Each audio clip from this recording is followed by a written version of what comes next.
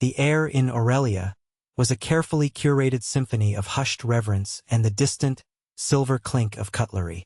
It was the kind of air Sheikh Tariq al-Jamil breathed every day, thin, expensive, and utterly devoid of life. He sat at a corner table, a marble monolith overlooking the frantic pulse of Manhattan 12 stories below.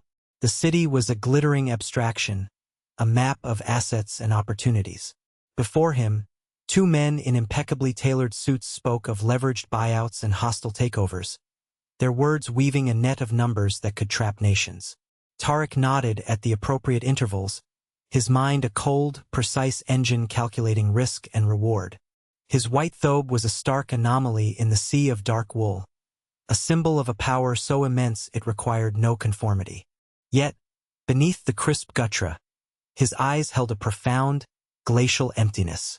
The billion-dollar acquisition they were finalizing felt no more significant than the rearranging of dust motes in a sunbeam. His aide, Ferris, stood discreetly by the wall, his expression a familiar mask of professional deference. But Tariq knew Ferris saw the void. It was a chasm that had opened a year ago, a wound that all the wealth in the world could not cauterize. He had built an empire of glass and steel, but lived within its coldest, most isolated chamber. The men across from him smiled, their teeth white and predatory. The deal was done. A handshake, a murmur of congratulations. It meant nothing.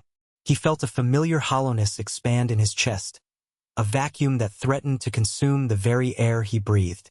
His life was a masterpiece of acquisition, yet he owned nothing that mattered. The restaurant was a gallery of muted tones, charcoal, slate, and cream. It was designed to soothe, to eliminate the jarring vibrancy of the outside world. But then, a slash of color. A bright, defiant orange. It was the uniform of a waitress, moving with practiced efficiency between the tables of the powerful and the privileged. The color was an affront, a note of citrus in a world of bland delicacies. Tariq's gaze, usually sweeping and dismissive, snagged on it. He followed the orange dress as it navigated the intricate choreography of the lunch rush. The woman wearing it moved with a weary grace, a slight hesitation in her step that spoke of deep fatigue. She turned to place a bottle of water on a nearby table, and the filtered afternoon light caught the profile of her face. The world stopped. The clinking of crystal faded into a dull roar in his ears. The city below blurred into a meaningless smear of light and shadow. It was her, Chloe, his Chloe, the woman whose laughter had once been the only vibrant color in his monochrome existence. Her hair, the color of warm honey, was pulled back in a severe, functional knot, but a few rebellious strands had escaped to curl around her temples. Her face was thinner, etched with lines of worry he had never seen before, but it was undeniably her. Then his eyes drifted lower, and the breath he was holding escaped him in a sharp, ragged gasp that was almost a sound of pain. Beneath the cheap, synthetic fabric of that garish orange dress was the unmistakable, impossible curve of a heavily pregnant belly. The sight was a physical blow, knocking the air from his lungs, shattering the frozen stillness of his soul into a million jagged pieces. Chloe, his ex-wife, here, waiting tables, and carrying a child. Ferris took a step forward, his brow furrowed in concern. "Your Highness? Is something wrong?" Tariq couldn't speak. He could only stare, his universe contracting to the single, unbelievable vision of the woman he had let go, now carrying a life that should have been their shared joy. A tidal wave of memory and regret crashed over him, so violent it threatened to pull him under. He saw their last argument, the air in their Dubai penthouse thick with unshed tears and the bitter poison of his family's disapproval. His older brother, Rashid, had been relentless, a constant whisper in his ear. "She is an American, Tariq, an opportunist. She does not understand our ways. She will weaken our name." Rashid had presented evidence, doctored photographs, fabricated testimonies from disgruntled former staff, all painting Chloe as a manipulative gold digger. Tariq, blinded by the immense pressure of his heritage and the weight of his family's expectations, had allowed the poison to work. He had started to see suspicion in her every gesture, calculation in her every smile. He had demanded she conform, that she shed the very qualities of independence and spirit that had made him fall in love with her. He had pushed and pushed until her love, once a resilient, vibrant thing, had finally fractured. He remembered the cold finality of the divorce papers, her signature a shaky testament to a broken heart. She had refused the exorbitant settlement he offered, an act his brother had twisted into proof of a clever legal strategy, a ploy for more. She is holding out, little brother. She thinks you will crawl back. He had believed it. He had let her walk away, swallowed the pain, and encased his heart in ice. He had told himself it was necessary, a sacrifice for his legacy. Now, seeing her, the truth was a blinding, agonizing light. She hadn't been holding out. She had been preserving her dignity, and she had left with nothing but the clothes on her back and, unknown to him, their child growing inside her. The thought was a dagger to his soul. Their child. A son or daughter who had been nurtured not in the silken comfort of a palace, but in the harsh reality of a life of struggle. He felt a searing, white-hot fury at Rashid for his cruel deception, but most of all at himself, for his weakness, his blindness, his unforgivable pride. The business luncheon was over, but Tariq remained seated, his body rigid, his knuckles white where he gripped the arm of his chair. His associates had departed, leaving a faint cloud of expensive cologne and self-satisfaction in their wake. Ferris stood patiently, his concern now a palpable presence in the quiet space. But Tariq couldn't move. His entire being was focused on the woman in the orange dress. He watched her as a predator watches its prey, but his intent was not to harm. It was a desperate, primal need to understand, to protect. He saw the subtle grimace as she bent to retrieve a fallen napkin, a hand instinctively flying to her lower back. He saw the forced, brittle smile she gave a condescending diner who complained about the temperature of his soup. He watched her refill water glasses, her movements slow and deliberate, conserving an energy that was clearly in short supply. Each step she took seemed to cost her. He could see the faint sheen of sweat on her brow, the dark circles under her eyes that no amount of makeup could conceal. The sight of her suffering was a physical torment. This was the woman who had once debated art with him until dawn, who had laughed with uninhibited joy while they sailed the Arabian Gulf, whose touch had been the only thing that could soothe the restless beast of his ambition. And he had allowed her to be reduced to this, an anonymous servant, exhausted, pregnant, and utterly alone. "Ferris," he said, his voice low and strained, a raw, rusty sound. "Cancel my afternoon." All of it. Ferris nodded, his expression unreadable. "Of course, Your Highness. Shall I have the car brought around?" "No," Tariq commanded, his gaze never leaving Chloe. "Wait for me outside. I have something I must do." He was an architect of empires, a man who moved markets with a single word, yet he felt a tremor of fear. What could he possibly say? What words could bridge the chasm of betrayal and pain that separated them? He didn't know. He only knew that he could not walk out of this restaurant and leave her here. He could not live another moment in his cold, empty world knowing that she was living in this one. He waited until she was near the polished steel doors of the kitchen, her shoulders slumped in a moment of unguarded exhaustion. He rose from his table, his movements stiff, his heart hammering against his ribs like a trapped bird. The few remaining diners glanced up, their curiosity piqued by the sight of the imposing Sheikh crossing the room with such singular, intense purpose. He stopped a few feet behind her. For a moment, he just stood there, breathing in the scent of lemon-scented cleaner and restaurant grease that clung to her, a scent so alien to the world she had once shared with him. He had to force her name from his throat. Chloe, the name was a ghost on his tongue. She froze instantly, her entire body going rigid. A heavy ceramic plate in her hand made a soft, clattering sound as she placed it on a nearby service counter. Slowly, as if bracing for a blow, she turned around. Her eyes, a shade of green he had once compared to the hidden oases of the desert, widened in shock, then narrowed into a look of fierce, protective hostility. Fear was there, yes, but it was overshadowed by a defiant pride that straightened her spine. "Tariq," she breathed, her voice barely a whisper. "What are you doing here?" Her question was a shield, an attempt to reclaim some ground in a world that had just been upended. "The question is, Chloe, what are you doing here?" His voice was harsher than he intended, laced with the agony and disbelief churning within him.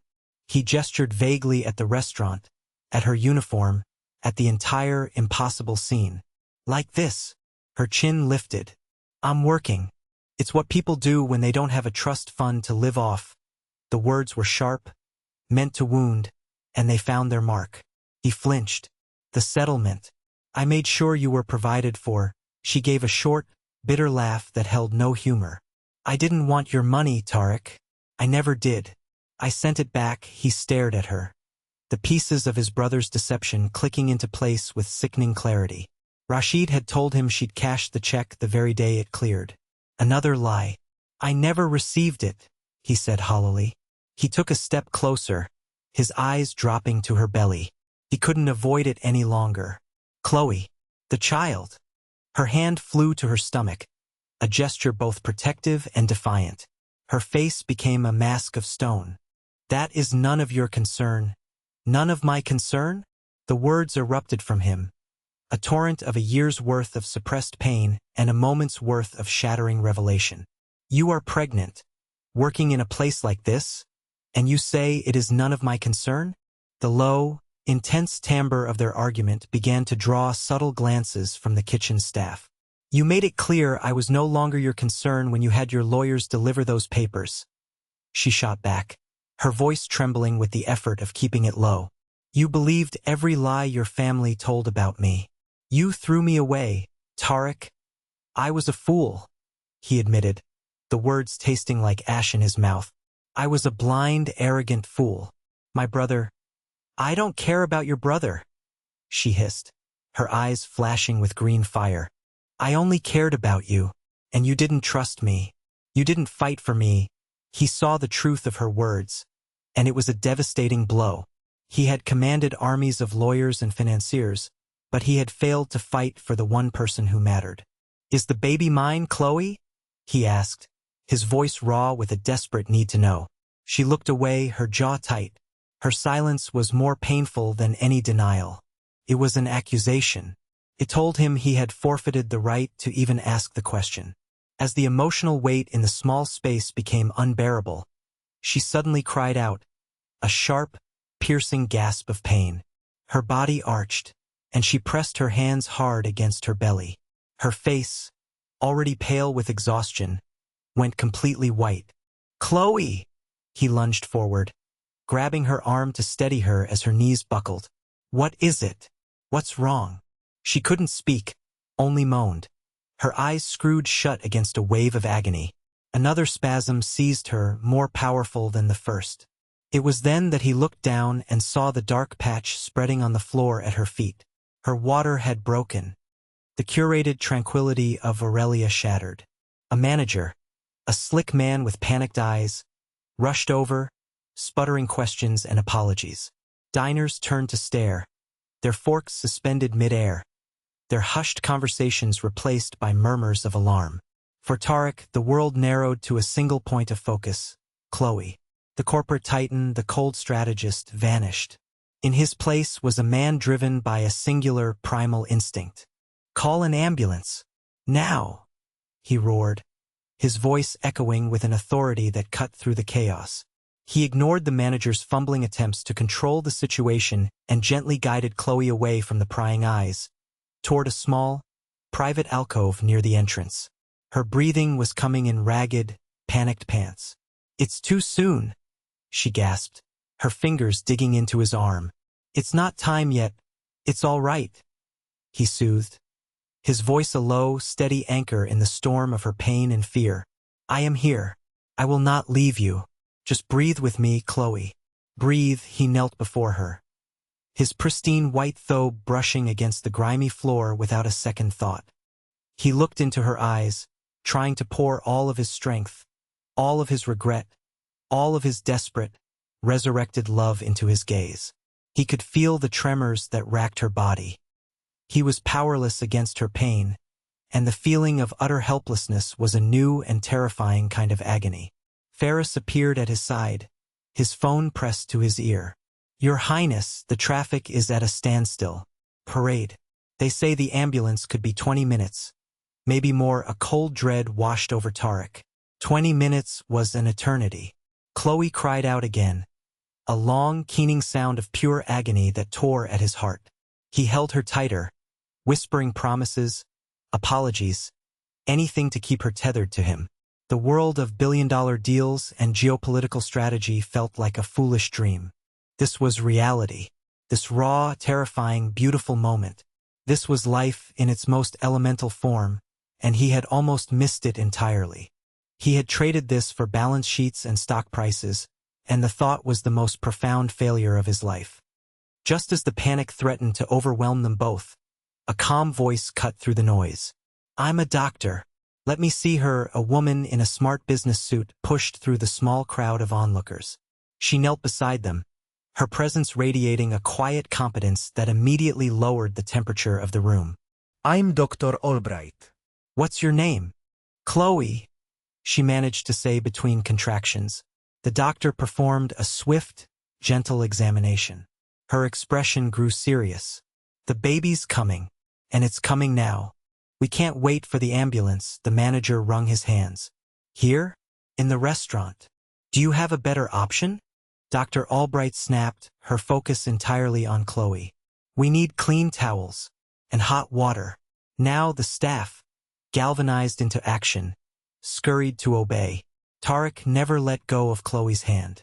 He was her anchor, her focal point in a sea of pain. The luxurious restaurant transformed into a makeshift delivery room. His world, once defined by boardrooms and sterile negotiations, was now filled with the primal sounds of childbirth. He saw a strength in Chloe he had never known, a fierce, warrior-like power that left him in awe.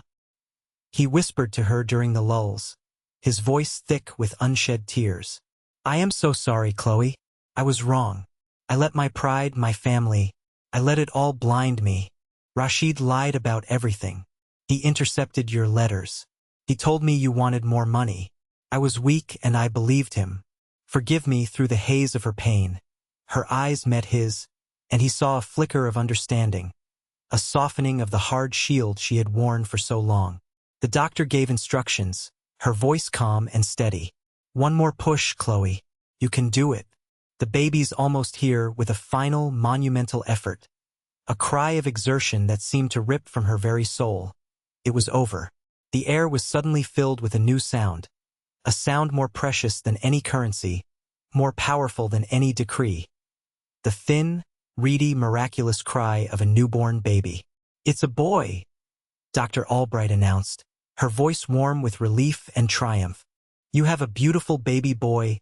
Tarek looked from the tiny, perfect infant to Chloe's exhausted, tear-streaked face. In that moment, the chasm between them was filled, not with words, but with the undeniable, overwhelming truth of the new life they had created. The antiseptic quiet of the private hospital room was a world away from the chaos of the restaurant. Pale morning light filtered through the blinds, illuminating the dust motes dancing in the air. Chloe was asleep, her face softened and peaceful in a way Tarek hadn't seen in over a year. Cradled in the crook of her arm, wrapped in a soft blue blanket, was their son.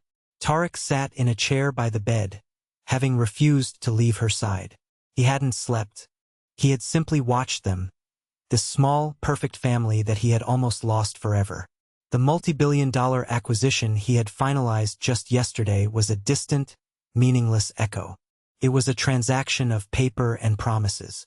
This, the soft scent of his newborn son, the gentle rise and fall of Chloe's chest. This was real. This was wealth. When she finally stirred, her green eyes fluttered open and found his immediately. There was no hostility in them now, only a deep, bone-weary exhaustion and a cautious flicker of hope. "You're still here," she whispered, her voice hoarse. "I will never leave you again," he promised, and the words were a sacred vow. He reached into his coat and pulled out a thin file, placing it gently on the bedside table. Ferris was busy while we were at the hospital. This is everything. Bank statements showing the return settlement, sworn affidavits from the staff my brother bribed, copies of the letters you sent that I never saw. Proof, Chloe. Not excuses. Proof that I was a fool who was manipulated, and that you were telling the truth all along. She looked at the file, then back at him. She didn't need to read it. She could see the truth in the profound, gut-wrenching shame in his eyes. He leaned forward, his voice dropping to a raw, broken whisper. He told me you would tarnish the family name, but the only thing that has ever brought shame to my name is what I did to you. I broke the heart of the only woman I have ever loved because I was a coward. Can you ever forgive me? A single tear traced a path down her cheek. I was so scared, Tarek. So alone. I know, he said, his own voice cracking. And you will never be alone again. He looked at their son, sleeping soundly, oblivious to the storm that had preceded his arrival. He is perfect, Chloe managed a weak smile. He looks like you. The following days were a quiet revelation.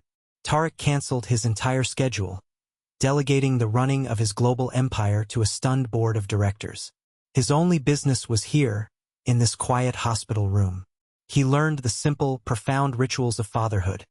How to change a diaper, how to swaddle his son, how to soothe him with the low, rumbling sound of his voice. He watched Chloe, saw the fierce, unconditional love in her eyes as she nursed their baby, and understood that it was a reflection of the love she had once had for him, a love he had almost extinguished. He spoke to his father, the patriarch of their family, and laid bare Rashid's treachery. The fallout was swift and absolute. Rashid was stripped of his titles and exiled from the family, his name a mark of disgrace.